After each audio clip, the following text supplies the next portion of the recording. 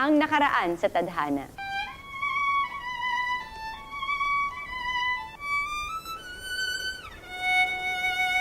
Kapag gumaling ka na sa sakit mo, ano yung bagay na gagawin mo ulit? Humiga ka malalim. Eric, iho, ang dami. Para sa mag-inang Rosetta at Emily, malaki ang pakinabang nila sa kabaitan ng mga tao online. Salamat, Eric, ha? May sakit ka! At alam mong malala ka na. Lumalala ako dahil sa inyo! Salamat sa tulong mo. Hanggang madiskubre ng binatang vlogger na si Eric ang kanilang sikreto. Eric? Itatakas na kita sa mama mo. Emily?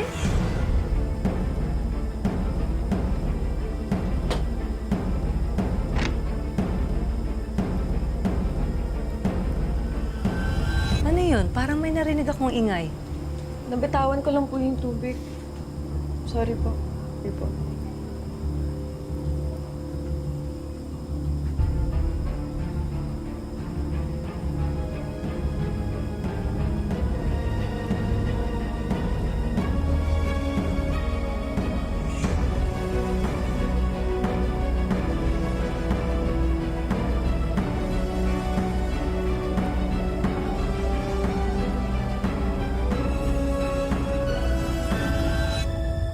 Matulog ka na, gabi na. Good night.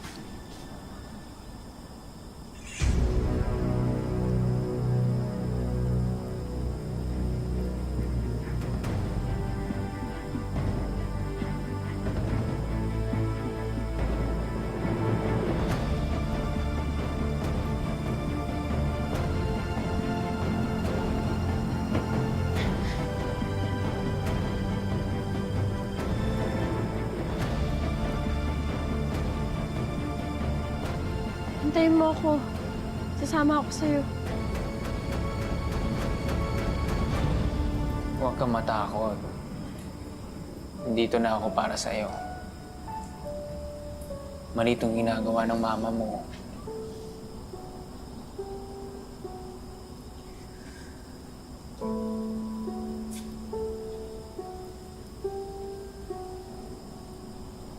Bakit ka kasi pumayag sa mama mo? Eh, alam mo naman palang wala ka sakit. Bro,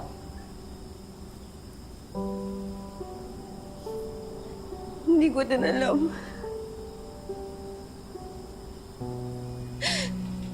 Nagsimula lang lahat ng to nung iwan kami ni Papa.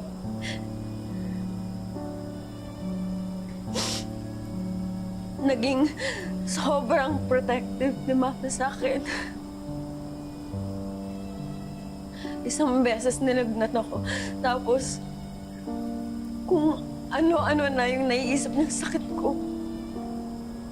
Hanggang one time, in-insist niya na may cancer ako.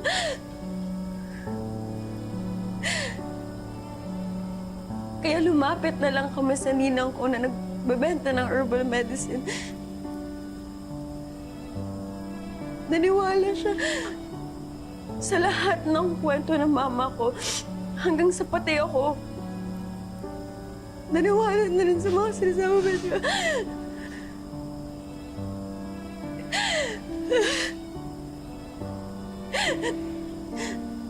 Ilang beses ko siya kinumbinsi na okay lang ako, ayos lang ako. Pero lagi niyang binabalik lahat sa akin. Na ayaw ko lang daw siyang mag-alaga sa akin. Sumusuko daw ako kasi ayaw ko lang siyang makasama. Hindi ko kaya na ganun yung iniisip ni Mama. Hindi ko kaya na nasasaktan siya. Kaya kung makakatulong sa kanya na siya yung mag-alaga sa akin, gagawin ko. Kahit pang kapalit ay kalayaan ko. Mga kaibigan ko, ang pag-aaral ko.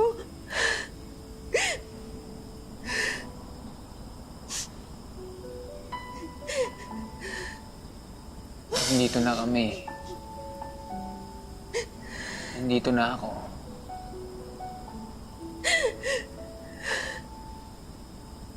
Huwag ka matakot. Huwag ka mag-alala. Pero paano yung mga taong naloko namin? Mula nung nag-donate sila sa akin para sa sakit ko, hindi na ako pinatulog ng konsensya ko. Emily, wala kang kasalanan doon. Eric, may kasalanan ako. Eric, nahihiya ako.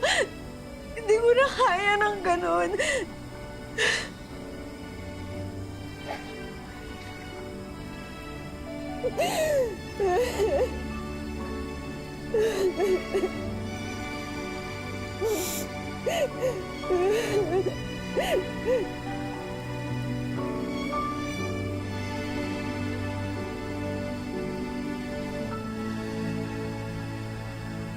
Palabas lang pala ni Aling Rosetta ang lahat, ang pagkakaroon ng sakit ni Emily para makakuha sila ng pera.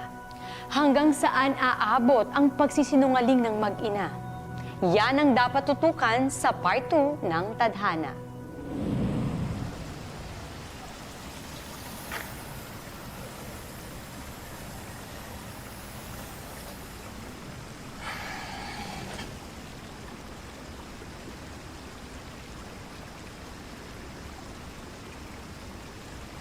Sorry. Pati ikaw. Nadadamay sa akin ngayon.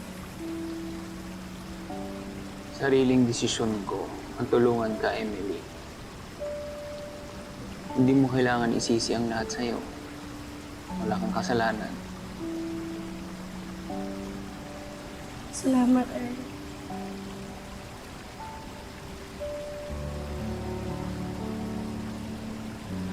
Alam mo, simula nung umawak ako ng camera, lagi na akong nakikipag-deal sa mga ilaw. Sa liwanag ng lights. Ba't mo sinasabi ito? May nabasa kasi ako na ang speed of light daw ang pinakamabilis sa buong kalawakan. Tapos? Simula nung sumali ako sa support group namin, doon ko na-realize na mali yung science. Hindi speed of light ang pinakamabilis sa buong mundo, kundi love. Mas mabilis ang speed of love kaysa sa speed of light. Sa tingin ko, kung magagawa ng mama mo mahalin ang sarili niya, mas makakapagpatawad siya ng mabilis. Mas makakaintindi siya. Speed of love.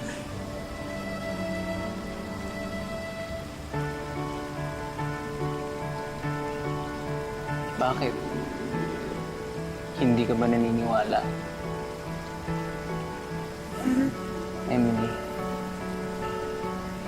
una pa lang kitang nakita. Kahit gaano kakalayo nun, wala pang isang segundo, alam ko na sa sarili ko na gusto kita. Una pa lang kitang nakita.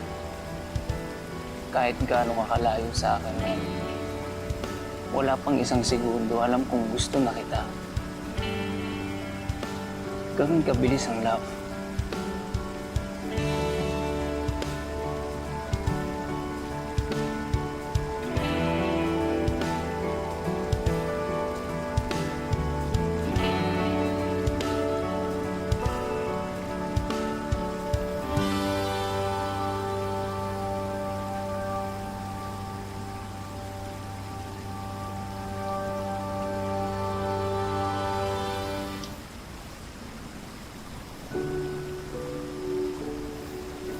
Sorry.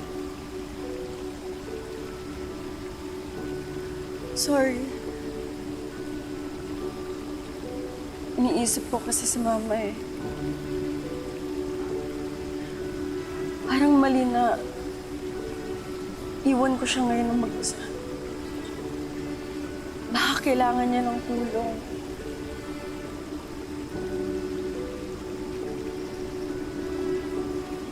Basta, kung kailangan mo ng tulong, nandito lang ako. Naiintindihan ko. Salamat, El.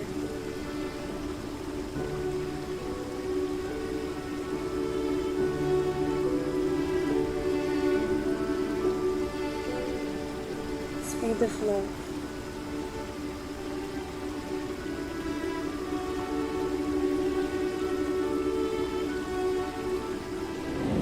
Mahal na mahal ni Emily ang kanyang ina. Kaya kahit hirap na siya sa mga hinahabi nitong kasinungalingan, hindi pa rin niya ito magawang talikuran. Pero ngayong may iba ng taong nadadamay, kakayanin pa rin kaya ni Emily ang konsintihin ito at manahimik na lang?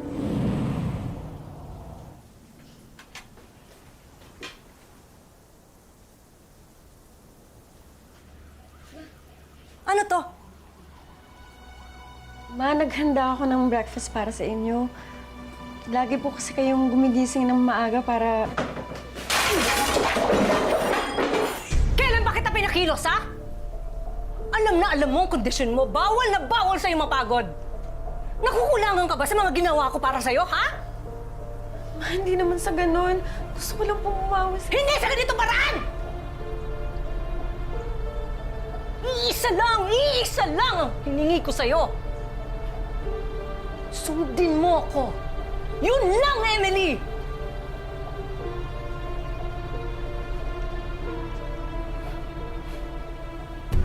Magbihis ka! Magla-live tayo mamaya sa internet. Wala na tayong pera!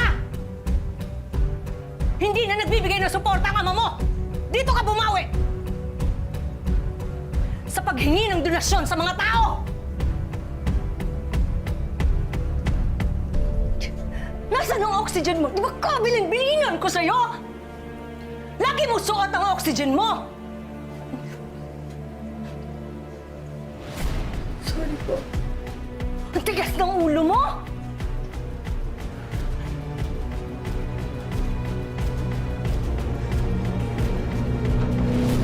Ito na, anak. Kayang-kaya mo to. Huwag ka matatakot, ha? Okay, ready ka na? Okay. Okay na.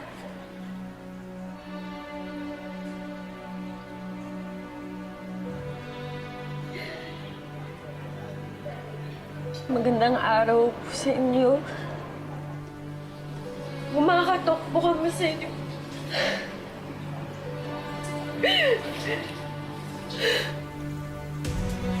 Ang sakit ko po ay...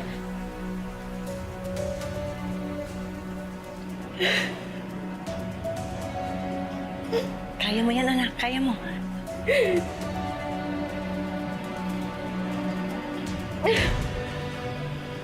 Sorry po sa inyong lahat. Sorry po sa tulong niyo. Wala po talaga... Anong ginagawa mo? Mama, ayoko na. Ayoko naman damay ng ibang tao. Naririnig mo ba ang sarili mo? Ma, wala naman po talaga akong sakit eh. Alam ko naman lahat. Nakita ko po yung mga lab test. Narinig ko po yung mga sinabi ng mga doktor na pinuntahan natin noon. Si Ninang Agnes lang naman yung sumusuporta sa mga ginagawa niyo dahil nakikinabang po siya sa inyo. Pinipirahan niya kayo. Bakit mo ginagawa sa akin to, ha? Bakit mo ginagawa sa akin to? Ma, bakit niyo po ginagawa sa akin to? Mahiya naman kayo. Mapagod naman kayo sa mga palabas niyo. Wala akong sakit, Ma. Baka kayo po yung kailangan ng tulong. Hindi po huli yung lahat. Ah! Ah! Wala kang utang na loob! Wala kang utang na loob! Wala kang utang na loob!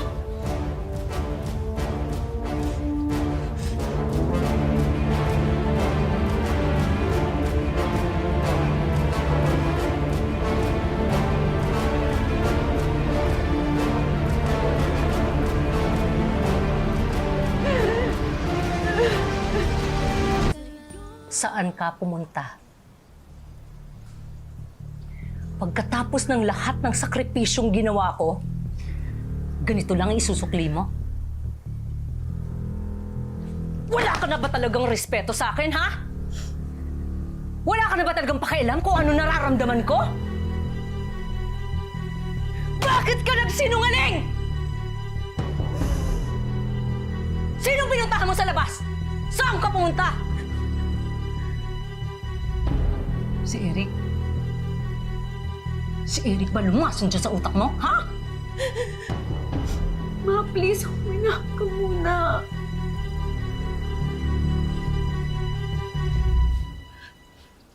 Bakit, anak? Ayaw mo na ba kay Mama? Ha? Ma, hindi po totoo yan. Gusto ko lang po kayong tulungan. Paano? Paano mo ako tutulungan, anak? Ha? Gusto mo ba? Mamatay na si Mama? Ha? Gusto mo mawala na lang ako? Di ba? Di ba yun din ang gusto mangyari ng papa mo? Ha?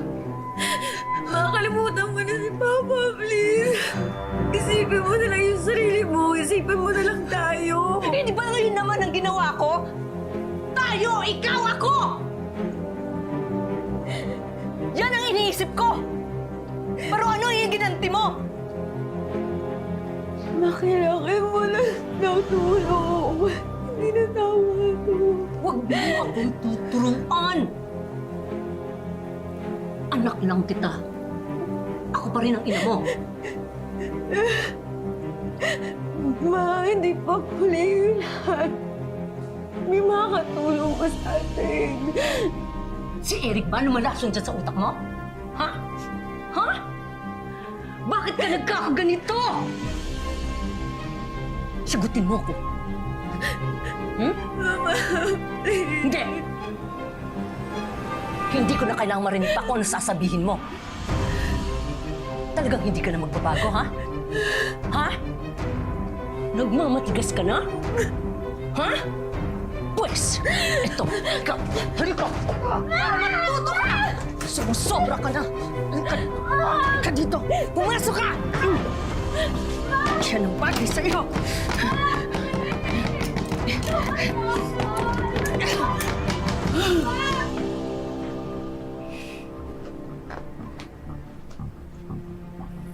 Ano bro? Nakausap mo na yung mama ni Emily? Di pa rin nga sumasagot eh. Bro, sa tingin mo, okay lang si Emily pagkatapos ng ginawa niya sa live nila kanina? Ha? Bro, sa ating dalawa ikaw yung mas magaling sa mga desisyon na ganyan eh. O bakit ngayon hindi ka makapag-desisyon agad sa gagawin mo? Baka mamaya, napano na si Emily? Sama mo ko. Ha? Saan? Basta sama mo ko.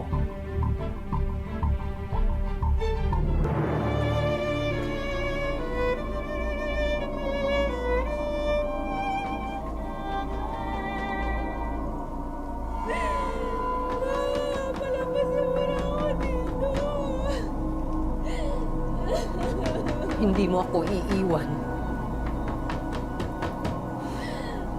Hindi mo ako iiwan, anak.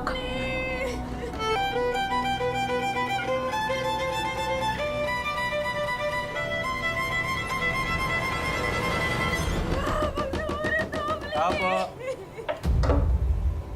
Tao po. Ma'am? Ma'am, hello po. Malayo pa ang Pasko, hindi pa ako tumatanggap ng caroling. Okay lang po bang makausap ko si Emily, ma'am, kahit saglit lang po? Wala na kayong dapat pag-usapan pa ng anak ko. Magsta kayo! Ma'am, please. Ma'am, kung hindi niyo po siya ipapakausap sa amin, tatawag po kami ng polis. Anong sinasabi mo?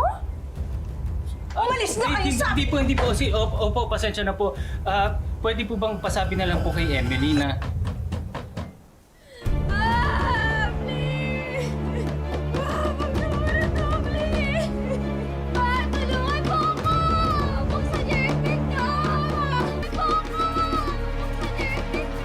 Umalis na kayo dito!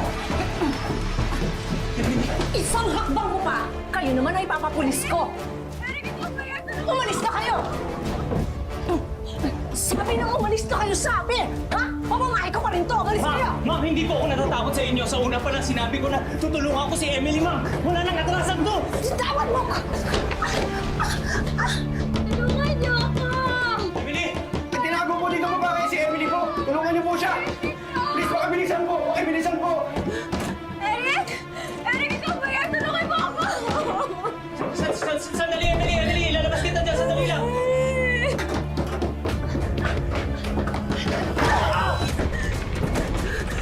Eric! Eric, ano nangyayari, Eric? Ikaw ba lumalason sa anak ko, ha? Tama na po! Bitawan mo ako! Tama na dito! Emily, sandali lang. Lalabas kita dyan. Emily, sandali lang. Emily! Ano na po sila? Emily! Bitawan mo ako! Eric!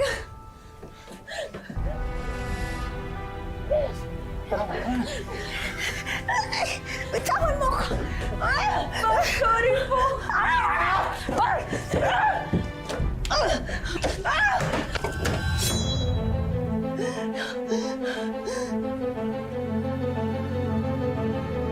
Hindi mo agaw sa akin ang anak ko!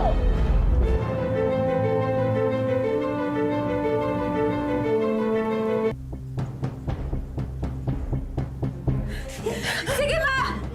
Para matapos na to! Emily, ma, tama na. Hindi na tama yung ginagawa niyo. Ilang beses ko ba sasabihin na kahit anong mangyari, hindi kita iiwan. Kasi mama ko po kayo. Kasi mahal ko po kayo.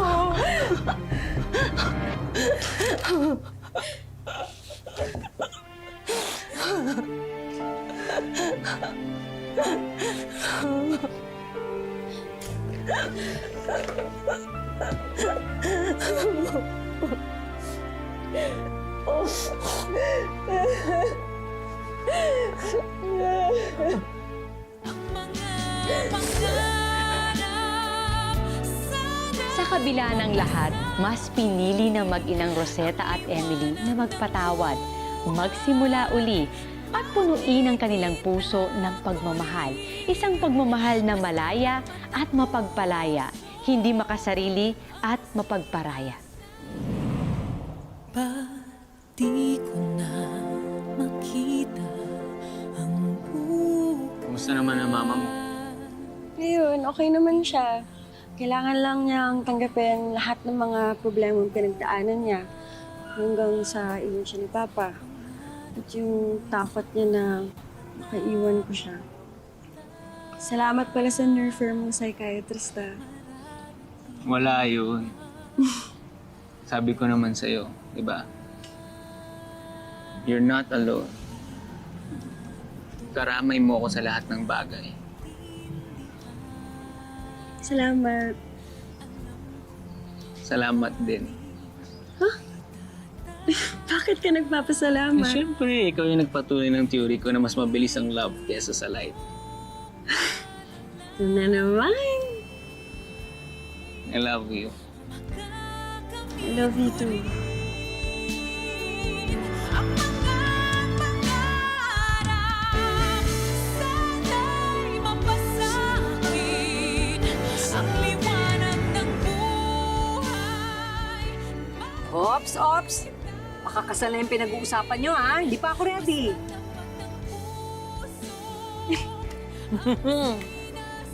Sarap ng mga pagkain na. Ma, diba sabi ko sa'yo, kahit ikasal ako, hindi kita iiwan. Promise? Love you. Love you. Dahil dyan, picture tayo ngayon. Picture! Yan, ganyan mismo. Ayan, ganito. 3, 2, 1, say love! Love! I love you! Love you! Love! Love! Ang buhay ay hindi lamang isang daan na ginuhit para sa atin. Ito ay sangang daan na nagbibigay sa atin ng maraming pagkakataon na pumili at tahakin ang sarili nating tadhana. Magandang hapon, ako po si Marian Rivera. Mabibigyan